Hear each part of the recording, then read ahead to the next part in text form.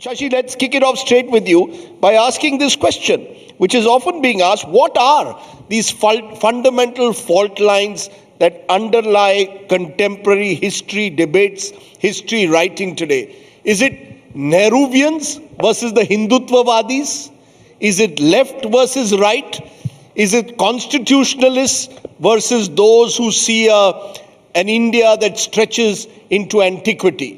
What really defines the history debate today? I think what's happened, Rajdeep, is that what has opened up in the last few years with the ascent of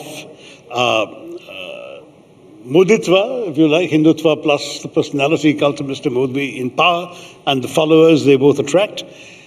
What has changed, I think, is that an issue which many of us grew up assuming had been long settled has now reopened fundamentally. And that goes back to the founding of the Republic, the moment of partition, because partition didn't happen, as you remember, the split in the nationalist movement didn't happen over ideology. It wasn't Marxist versus capitalist. It didn't happen over geography. It wasn't North versus South.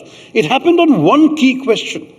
The question was, is religion the determinant of our nationhood?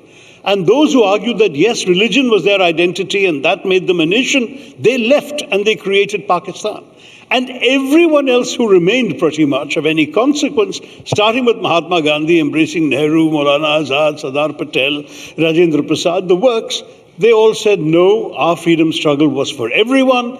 And of course, Dr. Ambedkar then enshrined this in a constitution debated over 2.5 years before being adopted, which enshrined that principle that India will be a secular, pluralistic state with room for everyone, irrespective of what their color of skin was, what the language they spoke at home, what religion they had or chose to worship, what caste they belonged to, that as long as they were citizens of this republic, everyone would be equal. Now, that fundamental idea was, I think, core to the evolution of Indian politics for the next 6 decades plus.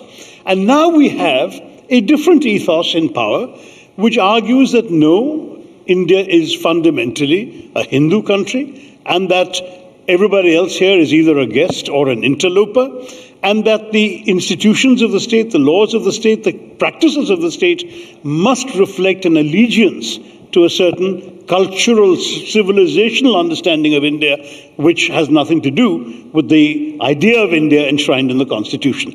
And that, I think, is the fundamental fault line, because it is, people keep saying, no one gave you the right to have your own idea of India. My answer is, I'm afraid my idea of India is the idea in the Constitution. Where does yours come from?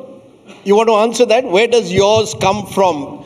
The suggestion that Shashi Tharoor is making is that the fundamental fault line lies in how we, in a way, identify ourselves as Indians.